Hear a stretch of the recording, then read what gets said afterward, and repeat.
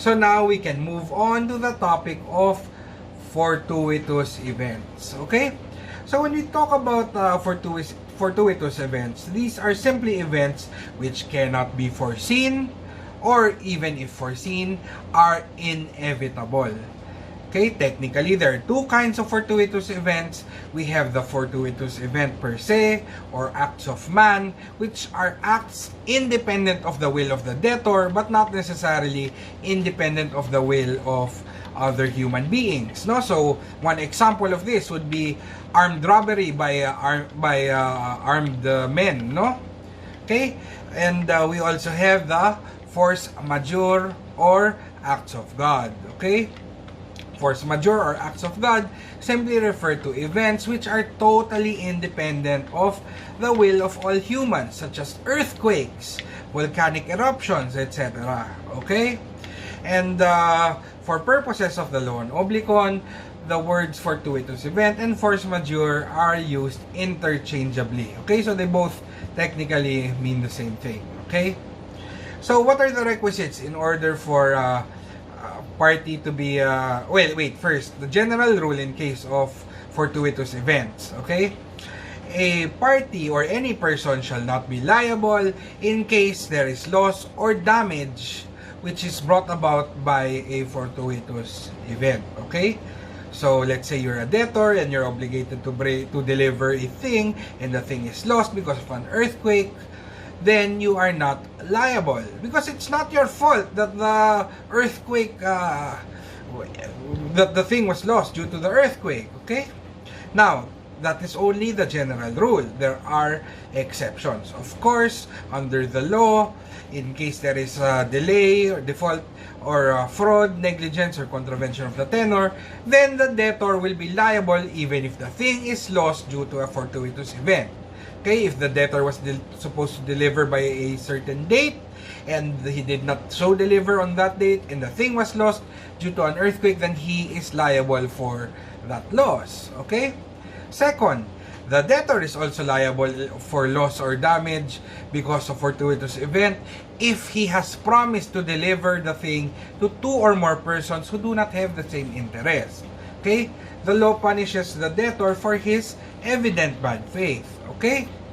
And next, no, the debtor is liable for loss or damage of the thing in case the obligation to deliver the thing arises from a criminal offense. Okay? And finally, the debtor is still liable to perform the obligation in case the thing is generic. Okay? Remember, genus never perishes, no? Genus non quam peruit. So even if the thing agreed upon is lost, the debtor can still get another kind of the same kind and quality from the class or genus to which the thing belongs. Okay? A debtor may also be liable for loss in case of fortuitous event in case the parties so stipulate, no? If they agree, if they expressly agree that the debtor will be liable for loss in case of fortuitous event. And finally, we have the doctrine of assumption of risk. Okay? The doctrine of assumption of risk is based upon the principle of volenti non injuria. Okay? Volenti non fit injuria. Okay? This simply means that no wrong is done by a person who voluntarily consents. Okay? So, a simple example here is a person who enrolls in a martial arts class or a knife fighting class. Okay? In this case, the person knowingly enters into the obligation, knowing that he may be injured because the training necessarily involves learning how to injure others. Okay? With a knife or with martial arts techniques. Okay? In this case, if the person is made to sign a waiver, then he voluntarily assumes the risk, and the instructor should not be held liable for damage to or bodily harm in case of fortuitous event. Okay? So in other words, the principle of volenti non fit injuria simply contemplates the scenario where a debtor enters into an obligation with full knowledge of the risk. Okay? So remember the general rule on fortuitous events that no person will be liable for loss or damage caused by a fortuitous event. Okay? But for that rule to apply, these requisites must be present. First, the event must be independent of the will of the debtor. Second, the event could not have been foreseen, or if foreseeable, must be inevitable. Okay? Third, the event must be of such character as to render it impossible for the debtor to comply with his obligation in a normal manner. And finally, the debtor must be free from any participation or aggravation of the injury caused to the creditor. Okay? So in other words, there must be no concurrent negligence on the part of the debtor. Likewise, the fortuitous event must be the proximate and sole cause of the injury suffered. Okay? And again, that was the general rule. The exceptions, just remember them. Okay? In general, in case of default, fraud, negligence, contravention of tenor. Okay? So, just remember that on fortuitous events. Okay? Now, we can move on to usury. Okay? Generally, usury is contracting for or receiving an amount in excess of that allowed by law for the loan or use of money, goods, chattels, or credits. Okay? Now, the current, I said earlier, no, that it's contracting for or receiving an amount in excess of law. Okay? So, does the law set the amount? Yes, no, we have a legal rate of interest, and according to Central Bank Circular number 799, which took effect July 1, 2013, the legal rate of interest is 6% per annum or per year. Okay? Now, what about these credit card companies that impose a rate of interest higher than that of 6% legal rate, no? They impose 3.25% interest per month. Okay? Is that valid? Is that legal? Yes, it is. Why?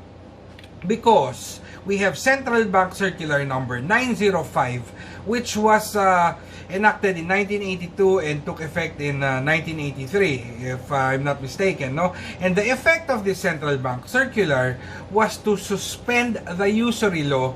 Why? Because it set it removed the ceiling, rather. It removed the ceiling on rates of interest for loans, forbearances, etc. Okay? So effectively, the usury law is suspended or non-existent, no? And people will not be punished for imposing usurious rates of interest or rates of interest which are higher than the legal rate of interest of 6%. That's why banks can charge 3.25% interest per month, which is way, way higher than the legal rate set by law of 6% per annum, okay, or per year. Okay, because you multiply 3.25 by 12 months, that's definitely higher than 6%, no, per year. Okay?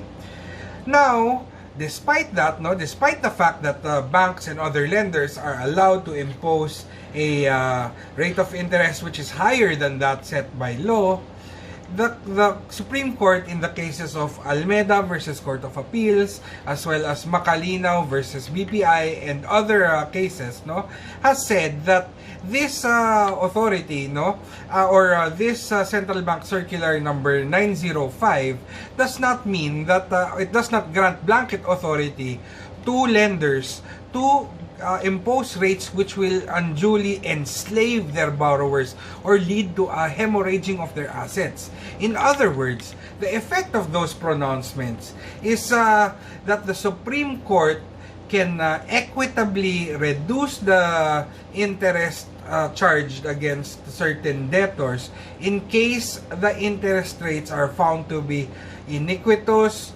unconscionable, or inequitable. Okay?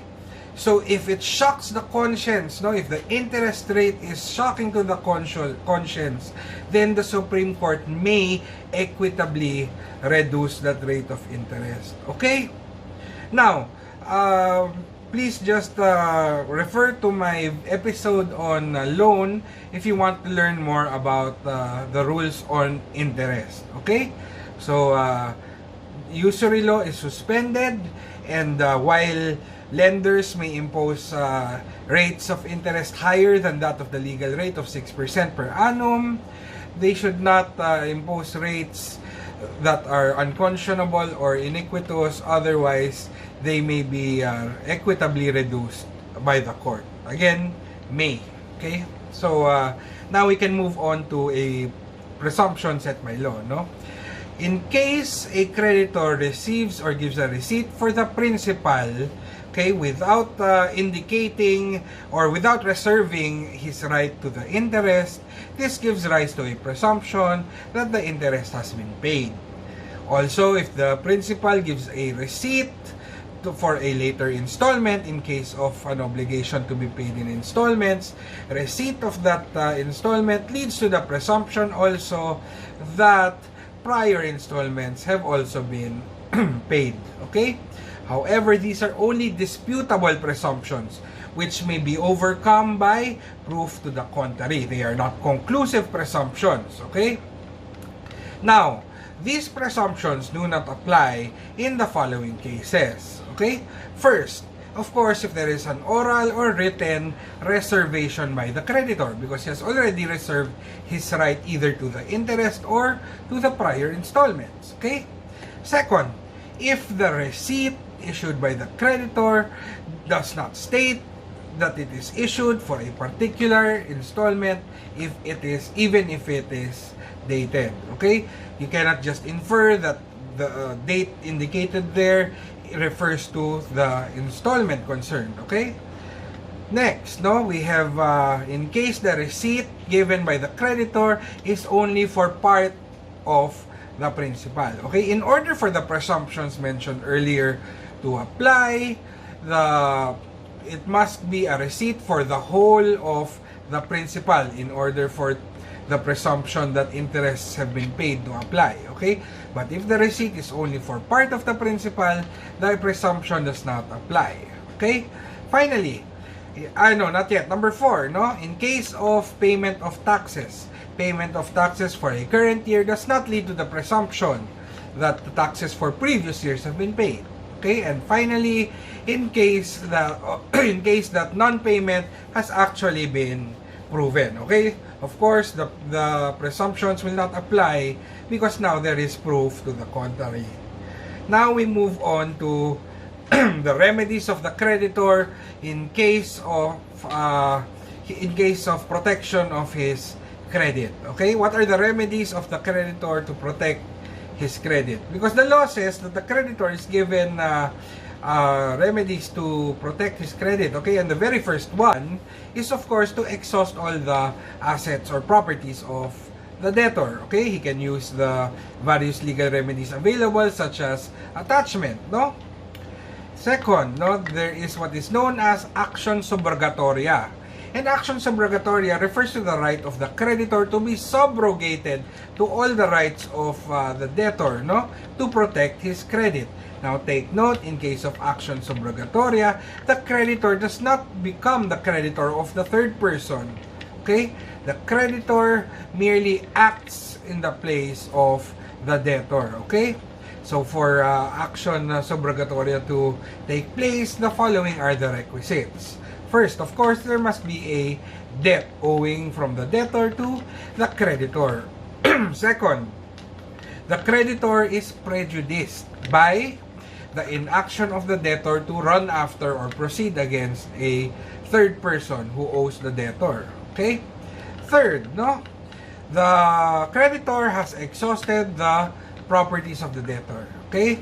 That's important because action subrogatoria can only be availed of after the creditor has already exhausted the properties of the debtor. Okay? The next remedy of the creditor would be action poliana. Okay? And this is the right of the creditor to impugn, okay, or challenge the debtor's acts which may have been done to defraud the creditor. And how does the creditor do this? Through a rescissory action. the creditor will file an action for rescission of the fraudulent contracts which the debtor may have entered into. For more information on rescissible contracts of this nature, please just refer to my episode on rescissible contracts. Okay? So, in order for the creditor to claim this action, he must have exhausted all his legal remedies. Why? Because the action for rescission in this case is only a subsidiary action. Okay? Meaning it can only be availed of if the other remedies have already been availed of. Okay? So, the requisites for action Poliana are there must be a prior credit owing to the creditor from the debtor. Okay? Next, there is a subsequent transfer from the debtor to a third party. Meaning, after the credit is taken from the creditor, the debtor will now transfer property to a third person. Okay?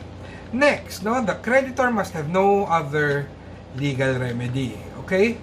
The act also of the creditor must be fraudulent, and the third party must be an accomplice in the fraud. Okay?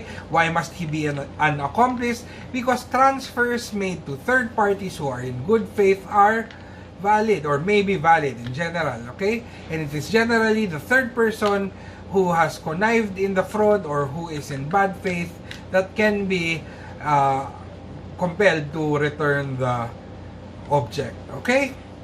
And the final principle under the nature and effect of obligations is the principle that rights are transmissible.